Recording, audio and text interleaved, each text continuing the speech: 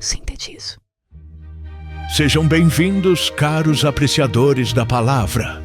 Eu lhes trago, por meio da magia sonora do sintetizo, o espírito condensado das letras. Acomodem-se e deixem que o conhecimento lhes fale. Mergulhe conosco na trajetória de Jorge Mário Bergoglio, o homem que se tornaria o Papa Francisco em sua autobiografia Esperança. Este livro é um diálogo íntimo, uma conversa franca onde Francisco revisita os momentos cruciais de sua vida, entrelaçando sua história pessoal com os grandes eventos mundiais que testemunhou e viveu. Não é apenas uma crônica de fatos, mas uma profunda reflexão sobre fé, humanidade e, acima de tudo, esperança, mesmo nas horas mais sombrias. Ele nos convida a caminhar ao seu lado, desde as ruas de Buenos Aires até os corredores do Vaticano, revelando as raízes de suas convicções e a força que o impulsiona. Vamos descobrir juntos a alma deste pastor, suas alegrias, suas lutas, suas dúvidas e sua inabalável confiança em Deus e na humanidade. Nascido em 17 de dezembro de 1936, em Buenos Aires, Argentina, Jorge Mário Bergoglio é filho de imigrantes italianos da região do Piemonte. Sua infância no bairro de Flores foi simples, marcada pelo trabalho árduo dos pais, Mário José Bergoglio, contador, e Regina Maria Sivori, dona de casa, mas rica em valores familiares e fé católica profundamente vivida. Ele recorda com carinho a figura central de sua avó paterna, Rosa Margherita Vassallo, que lhe transmitiu os primeiros ensinamentos católicos com histórias e exemplos e uma profunda devoção popular. A família Bergoglio, composta pelos pais e 5 filhos, como tantas outras na Argentina da época, enfrentou desafios econômicos, especialmente durante períodos de instabilidade, mas cultivou a união, a solidariedade e a alegria das pequenas coisas. Essas primeiras experiências no seio familiar e na vizinhança portenha moldaram sua sensibilidade para com os mais pobres e marginalizados, ensinando-lhe o valor do trabalho e da dignidade. A cultura local, o tango que ouvia no rádio, a paixão pelo futebol, especialmente pelo seu time de coração, o Clube Atlético San Lorenzo de Almagro, são elementos vibrantes que compõem o mosaico de sua juventude, revelando um jovem comum, inserido em seu tempo e em sua cidade vibrante.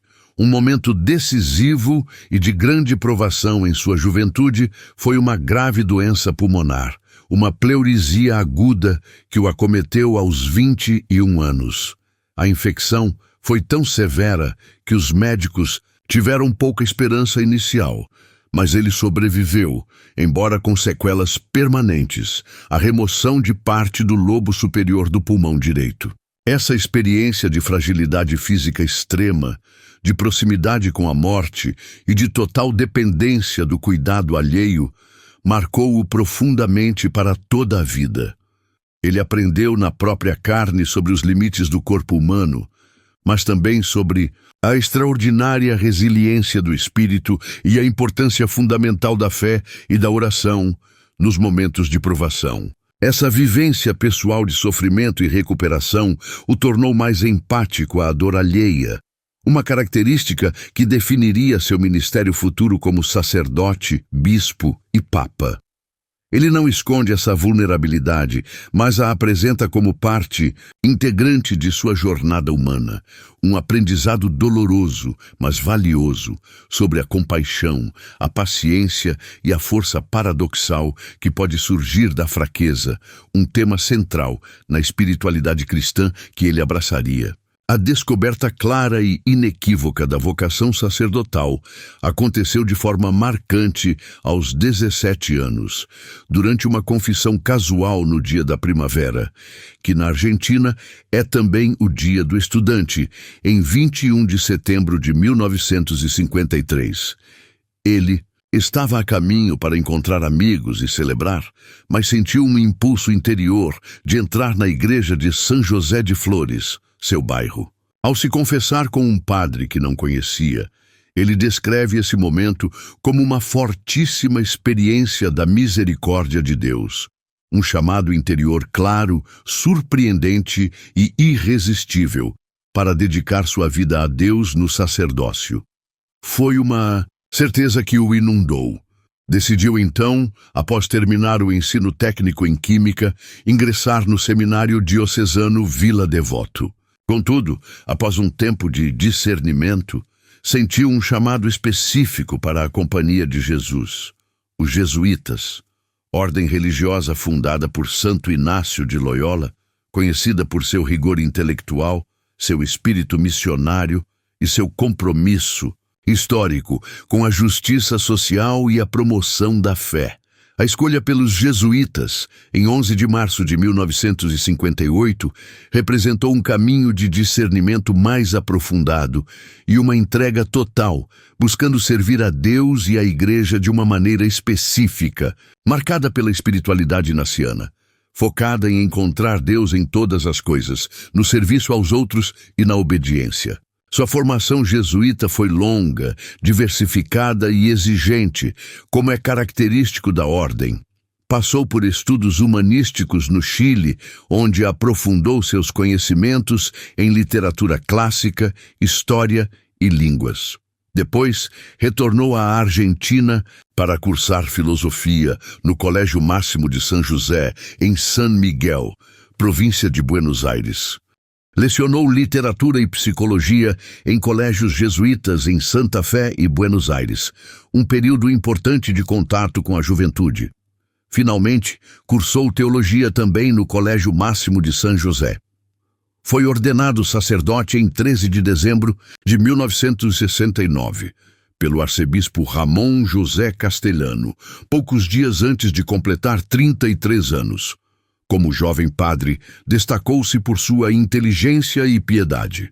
Logo após a ordenação, completou sua formação jesuíta com a terceira aprovação, na Espanha, em Alcalá de Henares, e emitiu seus votos perpétuos na Companhia em 22 de abril de 1973.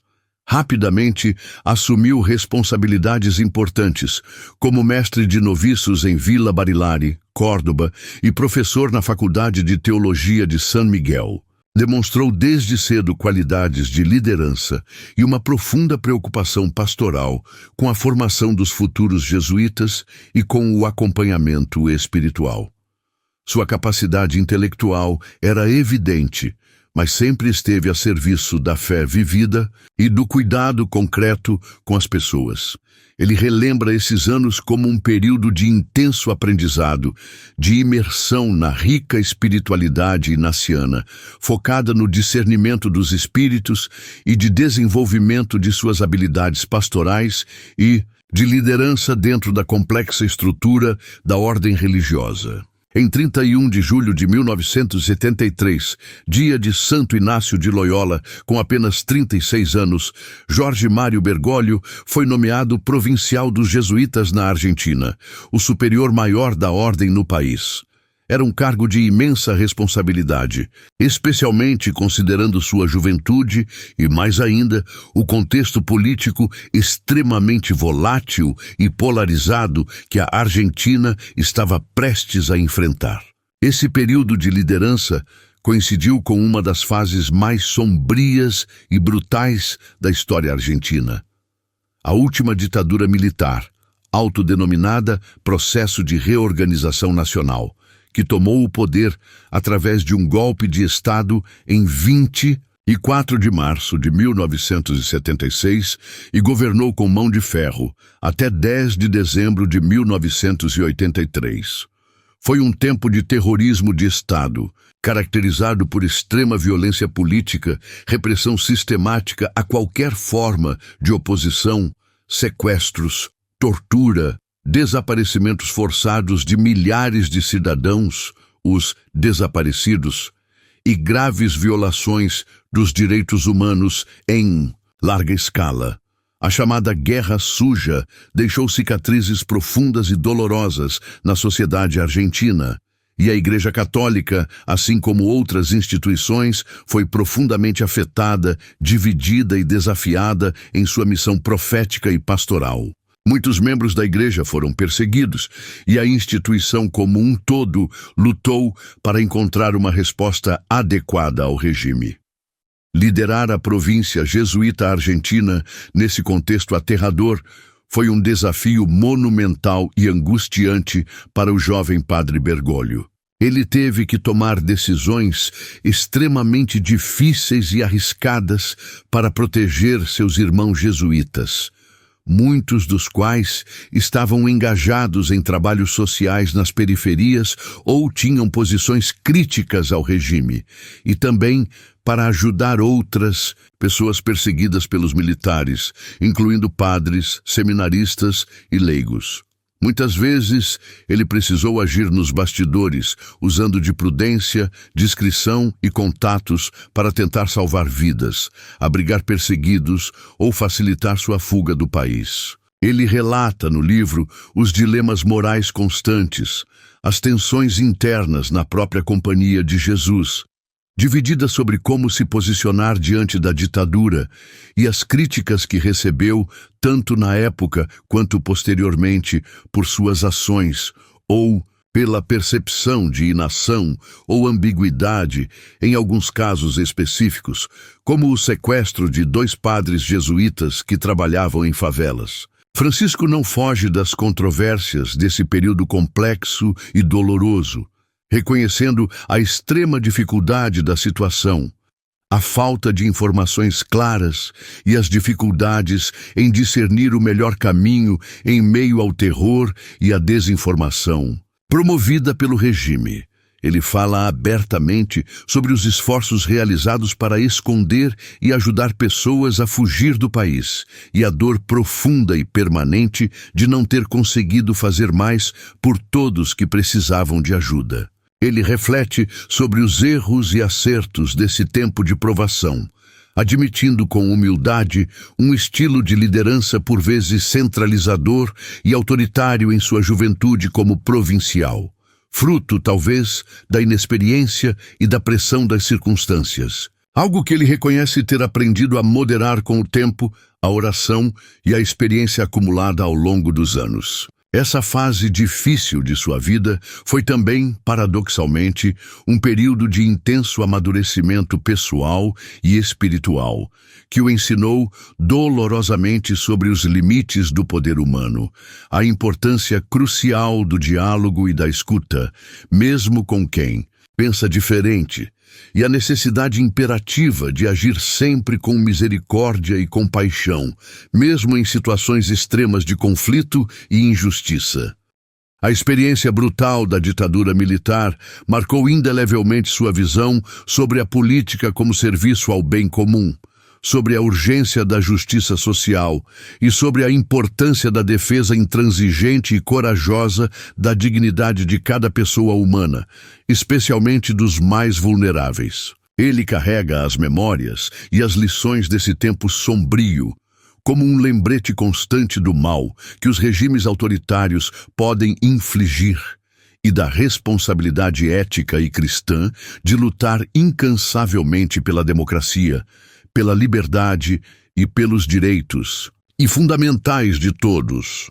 Após seu mandato como provincial, que terminou em 1979, Bergoglio viveu um período que ele mesmo descreve como um tempo de exílio interior e também geográfico, um momento de crise e purificação em sua trajetória jesuíta. Foi reitor do Colégio Máximo e das faculdades de Filosofia e Teologia de San Miguel, mas depois foi transferido para Córdoba, na Argentina, onde atuou como diretor espiritual e confessor na Igreja da Companhia de Jesus. Posteriormente, foi enviado para a Alemanha, especificamente para Frankfurt, com o objetivo de completar sua tese de doutorado sobre o teólogo Romano Guardini, um pensador que muito o influenciou. Esse tempo de aparente afastamento dos centros de decisão e de menor visibilidade dentro da ordem foi, paradoxalmente, um momento de profunda redescoberta espiritual e de retorno à simplicidade da vida religiosa.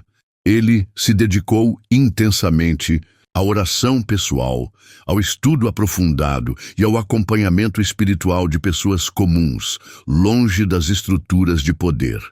Foi um período de purificação interior, onde pôde reavaliar seu caminho vocacional, reconhecer suas limitações e fortalecer sua identidade jesuíta no serviço humilde e na escuta atenta de Deus e dos irmãos. Essa experiência de deserto, de aparente marginalização, o preparou interiormente para as futuras e inesperadas responsabilidades que Deus lhe reservaria, ensinando-lhe o valor da paciência, da humildade e da confiança inabalável na providência divina, mesmo quando os caminhos parecem obscuros. Em maio de 1992, sua trajetória tomou um novo e surpreendente rumo, com a nomeação como bispo auxiliar de Buenos Aires pelo Papa João Paulo II. Foi um retorno à sua cidade natal, que ele tanto amava, mas agora com uma responsabilidade episcopal, chamado a colaborar diretamente com o então arcebispo cardeal Antônio Quarracino. Sua ordenação episcopal ocorreu em 27 de junho de 1992, e ele escolheu como lema Miserando atque eligendo. Com misericórdia o chamou, inspirado na vocação de São Mateus. Em junho de 1997, foi nomeado arcebispo coadjutor, com direito à sucessão. Com o falecimento do cardeal Quarracino, em 28 de fevereiro de 1998, Jorge Mário Bergoglio tornou-se arcebispo titular de Buenos Aires e primaz da Argentina. Como arcebispo da maior e mais complexa diocese do país, Bergoglio ficou imediatamente conhecido por seu estilo de vida radicalmente simples e austero, em contraste com a pompa frequentemente associada ao cargo. Dispensou o carro oficial com motorista e a residência episcopal luxuosa, preferindo usar o transporte público, ônibus e metrô, para se locomover pela cidade e morando em um apartamento modesto perto da catedral. Essa simplicidade não era uma mera afetação ou estratégia de imagem, mas uma expressão autêntica e coerente de sua profunda convicção de que a Igreja deve ser pobre, estar próxima dos pobres e viver como eles, seguindo o exemplo de Jesus. Seu ministério episcopal em Buenos Aires foi intensamente pastoral e missionário. Ele incentivou fortemente os padres, seminaristas e leigos a saírem das sacristias e irem às periferias geográficas e existenciais da metrópole, especialmente as favelas, conhecidas localmente como Vilas Miséria, para estar onde o povo mais sofria e mais precisava da presença consoladora e libertadora da Igreja. Tornou-se carinhosamente conhecido como o Bispo das Favelas, visitando regularmente essas comunidades, celebrando missas em condições precárias, ouvindo os moradores e apoiando o trabalho incansável dos curas vileiros, os padres que lá viviam e trabalhavam. Realizou gestos proféticos marcantes, como celebrar missas nas praças públicas, lavar os pés de dependentes químicos, doentes de AIDS e presidiários em cerimônias de Quinta-feira Santa, e denunciar corajosamente, em suas homilias e pronunciamentos públicos, as injustiças sociais, a corrupção endêmica na política e na economia, o tráfico de pessoas e a exploração dos trabalhadores. Sua voz era firme e clara na defesa intransigente dos direitos dos pobres, dos desempregados, dos migrantes e de todos os marginalizados pela sociedade, criticando as estruturas econômicas e financeiras que geram exclusão e desigualdade. Além disso, promoveu ativamente o diálogo interreligioso, construindo sólidas pontes de amizade e colaboração com líderes judeus, como o rabino Abraham Skorka e muçulmanos, bem como o diálogo ecumênico com outras denominações cristãs presentes na Argentina. No consistório de 21 de fevereiro de 2001, foi criado cardeal da Santa Igreja Romana pelo Papa João Paulo II, recebendo o título de São Roberto Bellarmino. Mesmo como cardeal, membro do Colégio Cardinalício e com responsabilidades crescentes na Cúria Romana, era membro de diversas congregações, Dom Bergoglio manteve inalterado seu estilo de vida simples e seu foco eminentemente pastoral. Continuou a viver em seu apartamento modesto, a cozinhar suas próprias refeições quando possível e a usar o metrô para seus deslocamentos em Buenos Aires.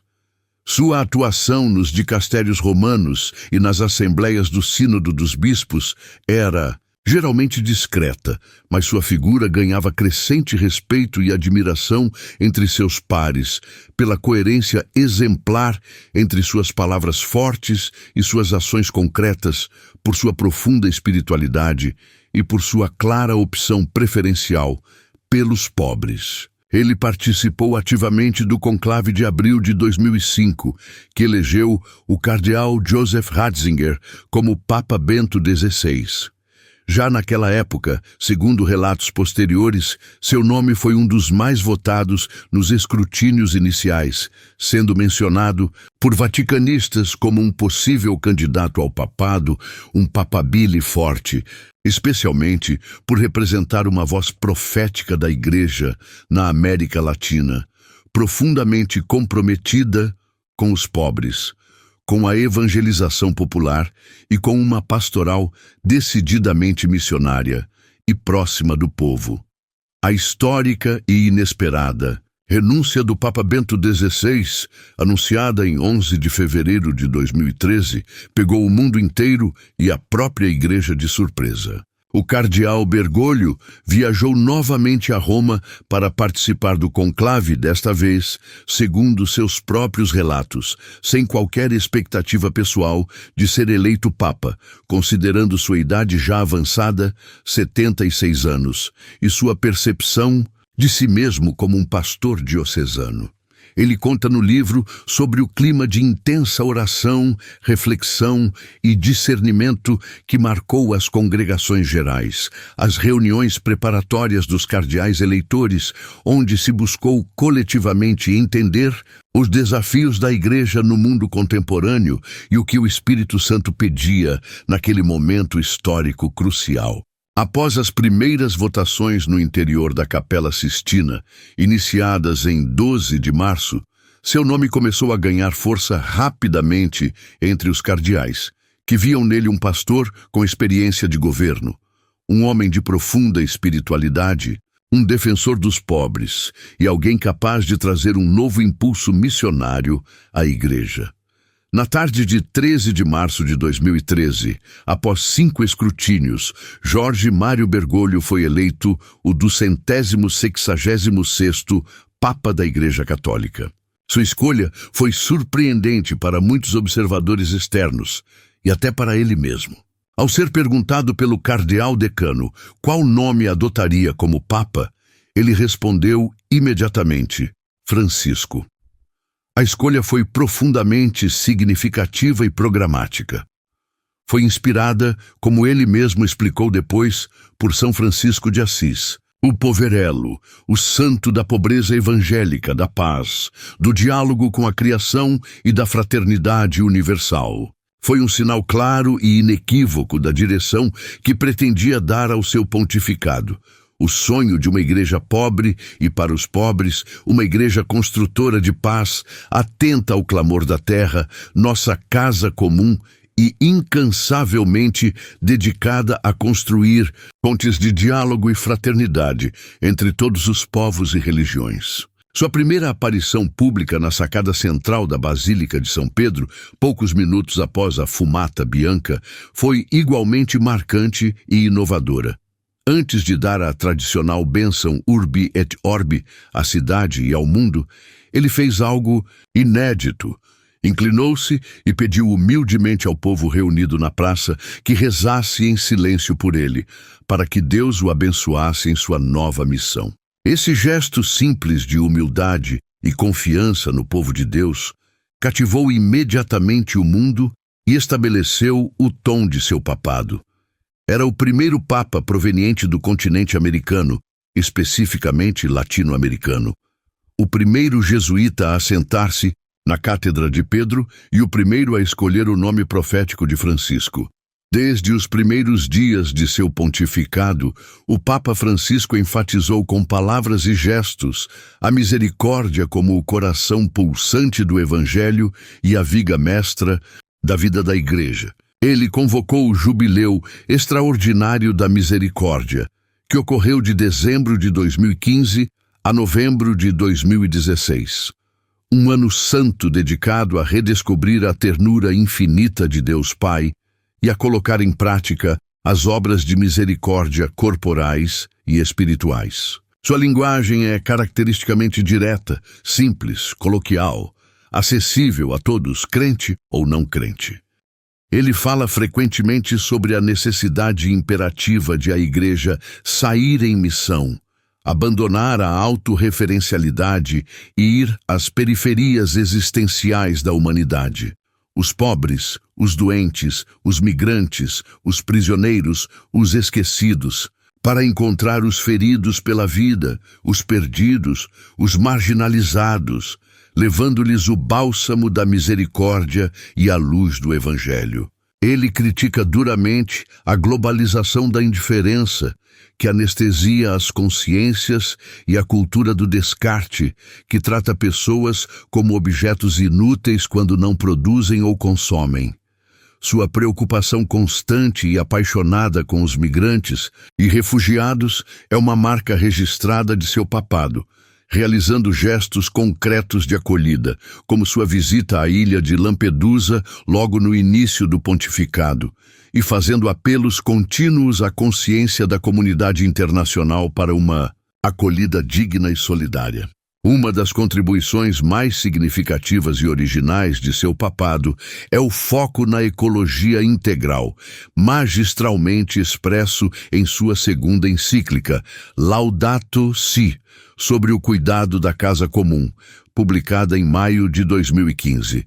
Nela, o Papa Francisco conecta de forma inovadora e profunda a crise ambiental com a crise social, argumentando que o grito da terra e o grito dos pobres são o mesmo grito e exigem uma resposta conjunta. Ele afirma que o cuidado com a casa comum, o planeta Terra, é inseparável da busca pela justiça para com os pobres, do respeito pela dignidade de cada pessoa humana e do compromisso com o bem comum.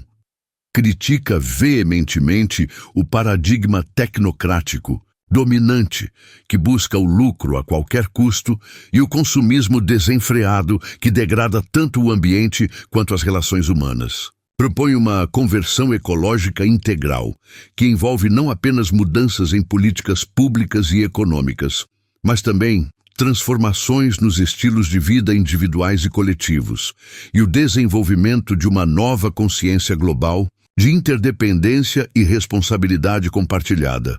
A Laudato Si tornou-se rapidamente um documento de referência fundamental, não apenas para católicos, mas para pessoas de todas as crenças e setores da sociedade civil preocupados com o futuro do planeta e da humanidade.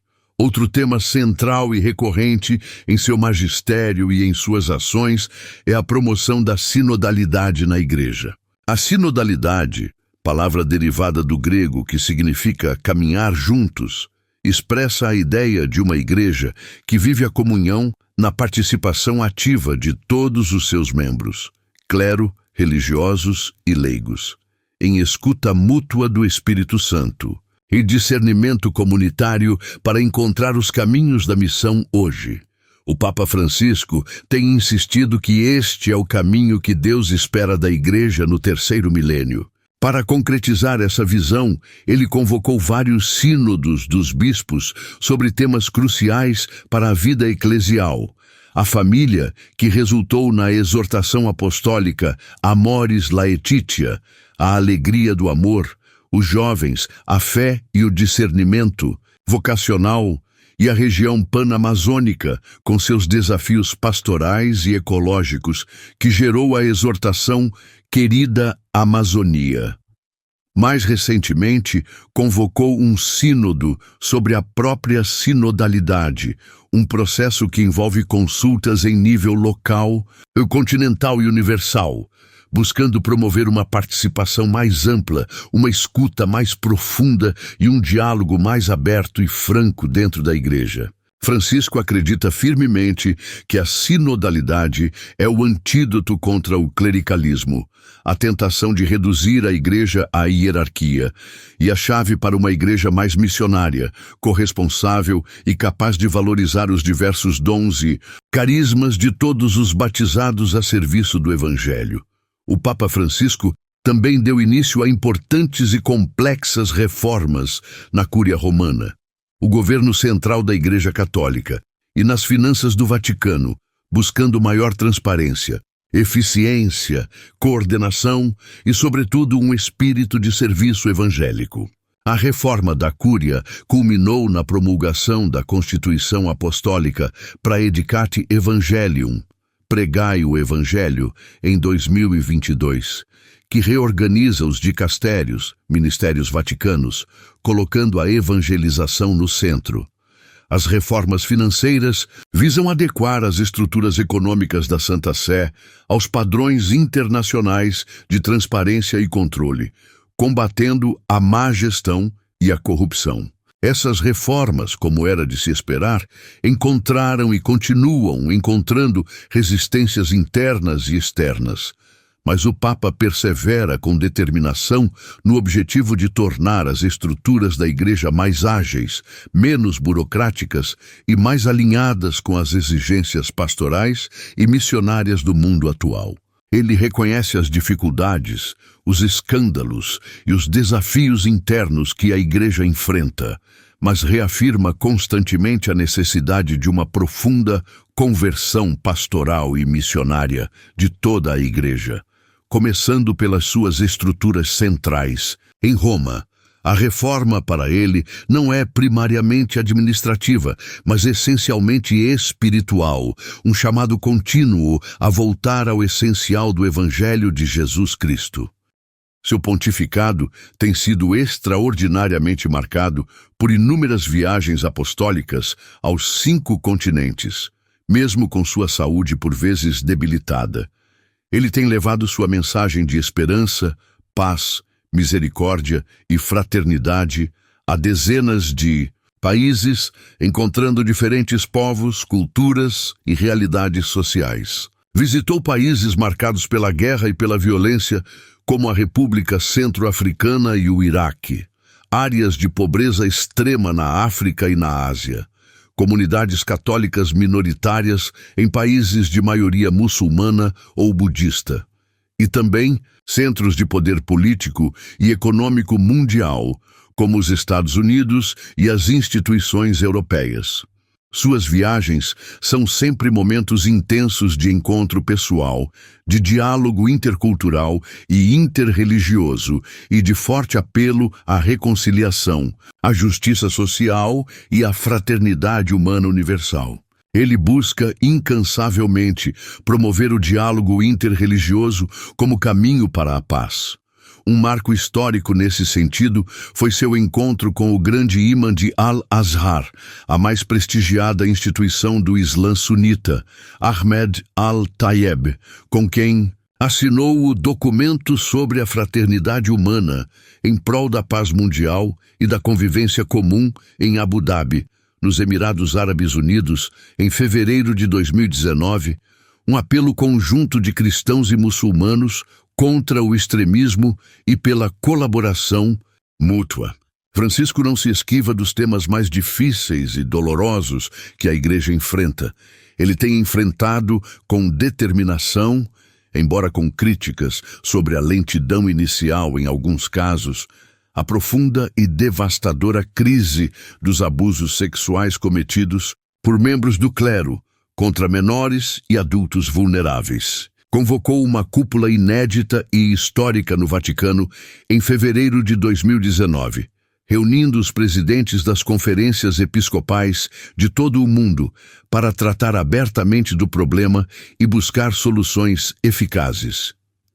Implementou normas canônicas mais rigorosas, como o moto próprio Vos estis lux mundi, vós sois a luz do mundo, que estabelece procedimentos claros para denúncias e investigações, incluindo a responsabilização de bispos e superiores religiosos em casos de abuso ou acobertamento. Ele expressou repetidamente profunda vergonha, dor e pediu perdão sincero às vítimas em nome da Igreja, reconhecendo as graves falhas institucionais e a necessidade urgente de uma mudança cultural profunda para garantir a proteção integral das crianças e dos mais frágeis.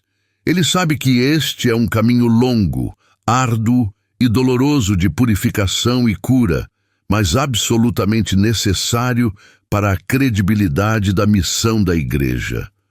Ao longo do livro Esperança, Francisco reflete com serenidade e sabedoria sobre o processo natural do envelhecimento, a proximidade da morte e o futuro da Igreja e do mundo.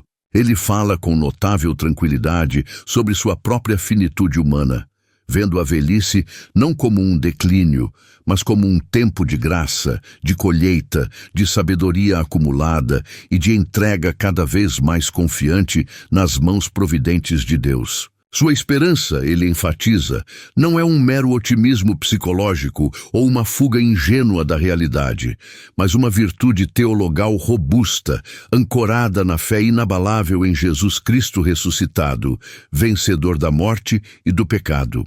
Ele acredita firmemente que, apesar de todas as crises, guerras, injustiças, pandemias e dificuldades que a Igreja e o mundo atravessam, a última palavra na história pertence a Deus, que é amor e misericórdia infinita. A esperança cristã, para o Papa Francisco, é tenaz, paciente, humilde, capaz de enxergar a luz mesmo nas trevas mais densas e de encontrar sementes de bem mesmo nos terrenos mais áridos. Ele partilha generosamente aspectos de sua vida espiritual e de oração cotidiana, sua profunda devoção mariana, especialmente a Nossa Senhora Desatadora dos Nós, uma devoção popular que ele ajudou a difundir mundialmente, e a importância dos santos como amigos, intercessores e modelos de seguimento de Cristo no dia a dia. Fala com entusiasmo sobre a alegria do Evangelho, Evangelii Gaudium, título de sua primeira exortação apostólica, que deve ser a marca distintiva da vida cristã autêntica, mesmo em meio às inevitáveis tribulações e desafios. A alegria, para Francisco, não é sinônimo de superficialidade ou ausência de problemas, mas sim o fruto profundo e duradouro do encontro pessoal com Jesus Cristo e da certeza consoladora de ser infinitamente amado por Deus. Ele encoraja constantemente os fiéis a não se deixarem roubar a esperança e a alegria pelo pessimismo, pelo medo ou pelo individualismo, mas a serem protagonistas ativos na construção de um mundo mais justo, solidário e fraterno, começando por suas próprias vidas e ambientes. O livro Esperança, a autobiografia, é, portanto, muito mais do que um simples relato de memórias. É um verdadeiro testamento pessoal e pastoral. É o olhar retrospectivo e prospectivo de um homem que viveu intensamente os dramas e as transformações do século XX e os desafios complexos do início do século XXI, e que, como líder espiritual de mais de 1 bilhão de católicos, busca incansavelmente oferecer ao mundo contemporâneo uma mensagem de fé resiliente, misericórdia atuante e esperança ativa e contagiante. Ele nos convida a olhar para o passado com gratidão e aprendizado, a viver o presente com paixão e discernimento e a abraçar o futuro com esperança e coragem, confiando sempre na presença fiel e amorosa de Deus que caminha conosco na história, mesmo quando não o percebemos claramente. É um chamado vigoroso à conversão pessoal, pastoral e ecológica, a sermos sinais vivos e instrumentos concretos de esperança onde quer que estejamos, em nossas famílias, trabalhos e comunidades. Francisco conclui suas reflexões nesta conversa autobiográfica, reafirmando sua convicção de que a esperança é talvez a mais humilde das 3 virtudes teologais: fé, esperança e caridade. Mas é ela que nos sustenta e nos impulsiona nos momentos mais difíceis e obscuros da vida. A esperança, ele explica, nasce da fé em Deus e, por sua vez, nos impulsiona à caridade concreta, ao serviço generoso e desinteressado aos irmãos e irmãs, especialmente aos mais necessitados, aos descartados pela sociedade. Ele nos deixa com a imagem vívida de uma igreja, hospital de campanha, sempre em caminho, peregrina neste mundo, às vezes ferida e pecadora, mas sempre capaz de se levantar, pedir perdão e recomeçar com novo ardor, impulsionada pelo sopro vivificante do Espírito Santo. Sua autobiografia não pretende ser um ponto final ou uma autojustificação, mas sim um convite aberto a todos, crentes e não crentes, a continuar caminhando juntos, construindo pontes de diálogo onde há muros de divisão, curando feridas onde há dor e semeando incansavelmente sementes de esperança no coração, muitas vezes árido do mundo contemporâneo. É a história inspiradora de uma vida inteiramente dedicada a Deus e ao serviço dos outros, uma fonte de inspiração para todos que buscam sentido, luz e um motivo para continuar acreditando na humanidade em tempos tão complexos e desafiadores. A simplicidade desconcertante de suas palavras esconde uma profunda sabedoria espiritual, fruto de uma longa vida de oração, escuta, serviço pastoral e discernimento inaciano. Gostou deste resumo detalhado da vida e das reflexões do Papa Francisco? Esperamos que esta narrativa tenha tocado seu coração e alimentado sua própria esperança.